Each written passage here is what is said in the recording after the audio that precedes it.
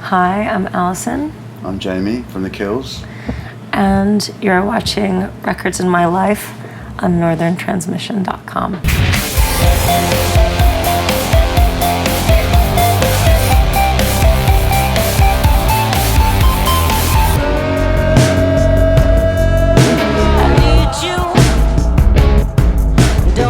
Records that we love. First record. First record? Mm-hmm.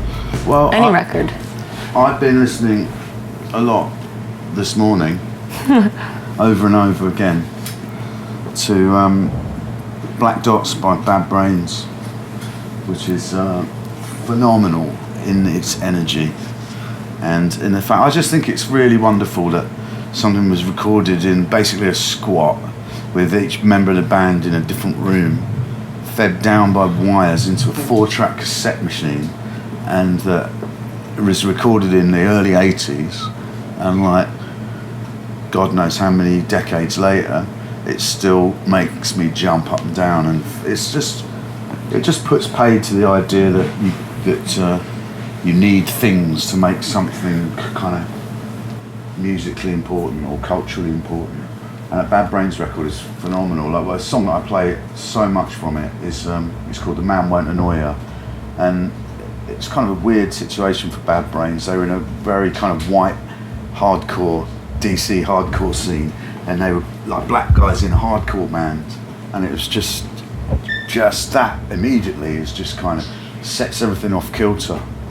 And they had an approach and a feel that was really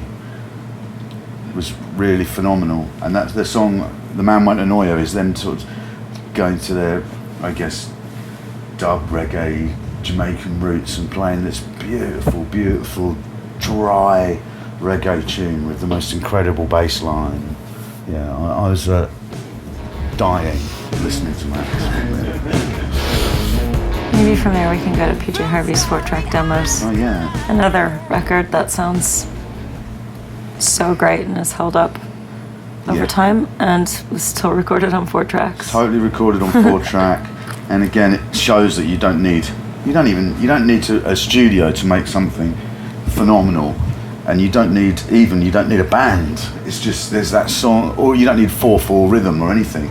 There's that song Reeling that she does on 4-track demos. It's just like dun, dun, I wanna bathe in milk, eat grapes, Robert De Niro sit on my face. It's just like And then she recorded it, I think, on Rid of Me, like with a full band, and it just doesn't have the same thing. You know, not that it's not a great song on Rid of Me, but the demos just shows you can actually capture sweat and fear and excitement and love and pain. You can actually capture it on tape, and I think that's important. You can talk about Red Medicine. Well, we could talk about all the Fugazi records that are all my favorite records. Red Medicine is one that Jamie and I both love so much, and it's probably my favorite. I don't have any stories to tell about it. No. People should know that record. Everyone should know about that record it's already. It's known as the least favourite of Fugazi fans, which makes me feel even more of a fan. It's like that's... Is it? Yeah, Fugazi, oh my God, Repeater, isn't that amazing? Waiting Room, And I go like, I like Red Medicine. And they're like, dude, that was like their art record. This record to me is one of the things that really jumped out at me recently. And I know people will go like, but it's Rihanna and her last record, Anti or Anti, however you say it, depending on what part of the world you're in. We say anti. I say anti. Anti. They say anti, they, the Americans. Maybe the Canadians do as well. But just to distinguish it from... His auntie is like your aunt. Auntie and uncle, yeah. Okay. Maybe that's what... Anyway, I think it's I think that record is really startling. And there's a song, the first song on there, Consideration. It's almost like a journey through everything I love. Like, anyone that knows The Kills knows that I love drum machines, and it's got this really awkward, stumbling drum machine at the start of it. It sounds like it's off like Goblin by Tyler the Creator or something like that, but really kind of spazzed out like Pusha T would make it.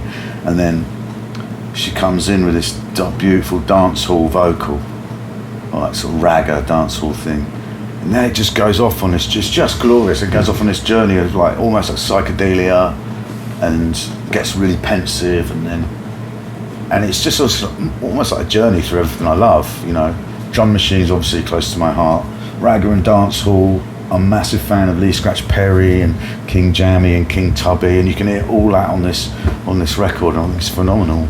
And then you've got a song like Desperados, which is on the same record. It sounds like it could be a cover of a Charlie Patton song or Howlin' Wolf or something. It's just beautiful, kind of blues standard, but with a bit of Barbados in there. Just throws the whole thing.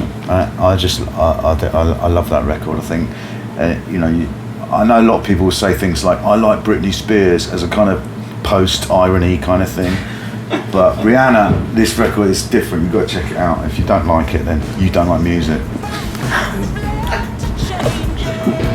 I can't remember names of anything. I know you're having a little workout over there. It's fine. I will talk about Iggy Pop's Post-Pop Depression album, which I love so very much. I was listening to in my car a lot before this tour started. We got a chance to see them do their full set in Paris for a television show, and it might have been the greatest gig I've seen in I can't even tell you how many years. It was so exciting. It was so vital. It was so inspiring, and that record really came to life. I mean, I love that record, but seeing them do it live, it was just, I feel bad for anyone who didn't get to see that show. Yeah. We almost didn't get to see that show, but. Yeah, it kind of. This is days after his 69th birthday, and he's crowd surfing in the first song. And I was like, I can never ever complain about being tired, if you're in the music game and you start your set with a song that you wrote and that song is Lust for Life, then like that's it. That's just it, right? And then to keep following it up with stuff like what? It was just ridiculous. And I said to my friend Scott, I was like, I felt like he came up to me and said, I feel embarrassed to say it, but it felt like that might have been the best gig I've ever seen in my life. And I was like, I didn't want to say that either, but that's how I felt. It felt like life changing. It was life changing. And there was a sort of tinge of sadness about it, because the way he's performing it does seem a little like maybe it's his swan song. Who knows? I know a lot of people have been talking in that way about it. But even if it isn't, it makes you realise that punk, whatever you want to call it, isn't something that you can just do. It's in some people's blood, and when that generation dies out, it's dead. It's gone.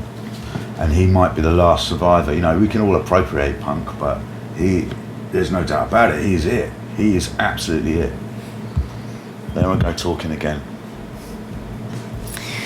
That's why I hired you to be here today.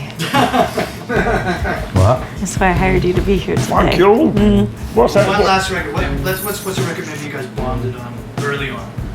Was that a boring question? No. Safe as Milk, Captain Beefheart was one. Yeah, which was kind of he never really liked that record, did he? It was his first record, and he felt like it set him up to be the Beefheart that everyone knows, a kind of obstreperous, difficult to listen to Beefheart. Because he felt like he'd sort of thrown all his chips out in one go in the like pandering to commercial major record label and made something palatable, which is bizarre to think Safe as Milk can be considered palatable. You know, it's a fantastic record, and it's got that like I got too much time, things like that. Isn't that on that record? Yeah, and glad about the good times. You know, you can hear that he's trying to be sort of soulful, like and compete with all these other artists, but then there's just crazy shit on there that you just can't, there's no way that like it's just like and then John French's drumming is so never going to cross over into the mainstream. It's a fantastic record. And I remember playing that to Alison for the first time, and she was like, "Wow!" That was very exciting. Yeah, and from that we for that very reason we did a cover on our first ever recording. Actually, we covered Dropout Boogie, Dropout Boogie, which is which I nicked the drums, never cleared them. Nicked the drums from a Sonic Youth record, right, which they'd sampled from some Beatles rehearsal tape from which they probably hadn't cleared either. So, yeah, that's it.